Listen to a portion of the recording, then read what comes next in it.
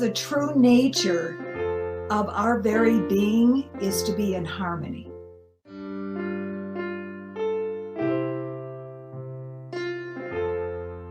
Welcome, everyone. Welcome to the Center for Spiritual Living, Boulder Valley. I'm Reverend Jody Stevenson, the senior minister here, and I'm so happy that you are joining us during this Easter holiday. Easter is the symbolism of rebirth and new beginnings. The naming of the celebration of Easter comes from the pagan goddess, I'm not sure I'm pronouncing this right, Eostre, and she was the goddess of spring. And she was around thousands of years before Jesus and Christianity was born. This week is considered to be one of the holiest of holy weeks for Christians. Christianity is the largest religion on the planet with 2.382 billion Christians walking the earth. And so that makes up 31.11% of all humanity are Christians. According to Christians' belief, Holy Week begins with the commemoration of Christ's triumphal entry into Jerusalem on Sunday, on Palm Sunday, climaxing with the commemoration of the mystical or the Last Supper, if you will, on Maundy, Thursday. Think of that week. Ooh, what a powerful week. And the Passion of Jesus, or the crucifixion of Jesus on Friday, which happened around 3 p.m. in the afternoon. The word passion literally comes from the Latin word pastior, which means to suffer and to bear and to endure. And certainly that day, he endured a lot. It is taught that during the Holy Week is concluded by the death of Jesus as he rests in death and the descent into Hades. I never have really heard this, that it is believed by some that when he died, he went into Hades because he was a criminal on Holy Saturday. It is believed that Jesus rested in death from the 9th hour, 3 p.m. on Friday, Good Friday, just before dawn on Sunday morning, when the moment of his resurrection began to happen from death into life, into a new experience of life. And this is known as Easter Sunday. This marks the beginning of the season of Eastertide, which is the first week of Jesus's spiritual experience, the week after Easter. And Eastertide literally means bright week. So let's have some fun dissecting this. Jesus, according to the historians, rode into Jerusalem, and he knew what he was getting himself into. He knew what was going to happen, but he was so strong in his beliefs that he knew he had to go through this experience. And so did everyone else.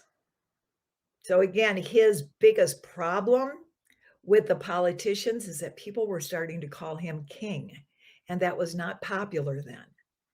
And people were starting to notice him. Jesus rode into Jerusalem on a donkey. So that is such a symbol of humility. Can you imagine if he rode in on a big white stallion, powerful, athletic? He purposely rode in on a donkey to symbolize and send out the message of humility. Humility. What does that mean for you? How would you define this word? And are there places in your life where you might practice less arrogance and more humility? We all have them. You're not alone. And any place where you go, ooh, I need to transform my arrogance. Jesus knew the power of being humble. As they say in Taoism, stay low, stay humble.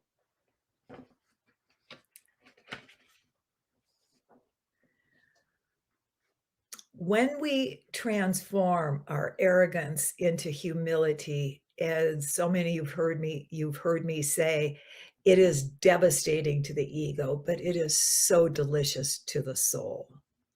So the way that we let our soul out is through humility. That Easter week, the Last Supper. How famous that Last Supper is. Jesus knew that it was going to be his last supper. Quite literally, he knew that. Leonardo da Vinci once wrote, "I love those who can smile in trouble, who can gather strength from distress, and grow brave in reflection." During the Last Supper, Jesus and his disciples finished eating, and then Jesus knelt down and washed the feet of each man. This overwhelming gesture made such a lasting impression on Christians and his disciples because it expressed pure love in the state of upcoming death. It's the foundational standard of a true servant leadership. And today, this stands, this one gesture stands as a model of servitude and leadership among Christians today. During the Last Supper, Judas turned Jesus into the authorities for 30 silver pieces, which today would equate to a whopping $197.40. When Judas found out that Jesus was crucified, he tried to turn the money back in, and they wouldn't let him. And then he eventually committed suicide, and he will forever be the name that turned Jesus in. So let me ask you, have you ever washed another person's feet? What does this mean to you? And if you haven't, what do you think it would feel like? Have you ever been betrayed by someone? Have you ever betrayed someone? And my question would be, which one feels better? If you were to know that tonight was your last supper, this was it, what would you want to do? What would you want to be at your last supper? As Stephen Levine once wrote in his beautiful book, Who Dies? If you knew you only had a day to live, who would you call? What would you say? And what are you waiting for? So on Friday, Jesus was crucified, which is what happened to the criminals of that day. Imagine the scenery, the vista in Jerusalem, because what they did with criminals is they nailed them to the cross. This was not just Jesus's experience. My understanding from the history books is that there were crosses all over the hillside of Jerusalem with criminals hanging on them. So when Jesus was declared a criminal and he needed to die, he did around 3:00 on Friday. And on Saturday, it is believed by some that he went to hell because he was a criminal. So my question to you is, what is hell to you? What is heaven? Are they pieces of real estate? And if they are, where are they? Or might heaven and hell be states of mind? In that case, how many of us have been to hell and how many of us have been to heaven? We believe in the science of mind philosophy that they are not pieces of real estate, that they are, in fact, states of mind. And then on Sunday, Jesus rose. He modeled for us. He modeled for us his ultimate truth, that life is eternal, that the soul is immortal. And the quote that Jesus has said before he died, and I use this in my celebration of life ceremonies, he said, "In my Father's home, in my Father's house are many mansions." He's talking about different experiences of life after the soul leaves the body. Ernest Holmes writes, he taught that this is but one of the innumerable planes for the soul on its ever expanding pathway of self unfoldment. Life is eternal. Jesus didn't die. His soul went on and continues to teach all of us. So Easter is a time of renewal, new beginnings. Easter is a time to commemorate the authority of a man who was so true to his idea of life that he was willing to go through the great calamity. He was so complete in knowing what he believed that he modeled for all of us the indestructible reality of his own soul. Easter is a time to celebrate the newness of nature for all time. So, my homework for you this week, today, being Easter, is to go outside and be in awe and wonderment of nature that is proudly and loudly bursting forth. Oh my God, I love walking Lucy and seeing what's happening with nature.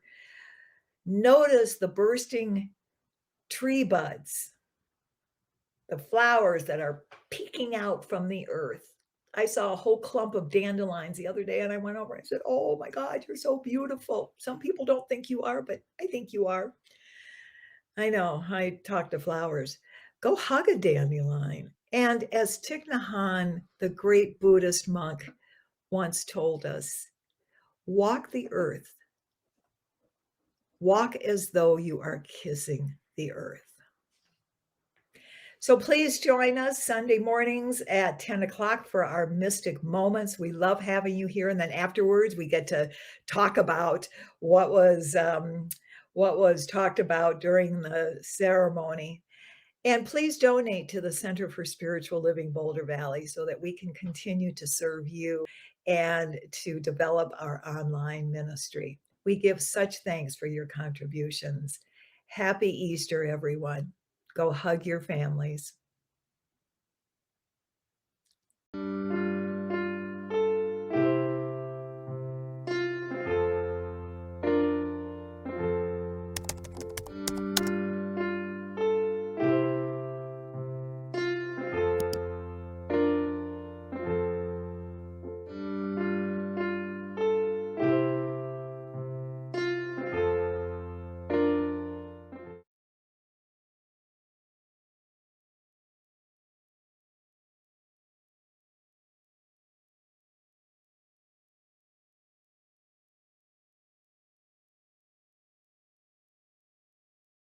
The true nature of our very being is to be in harmony.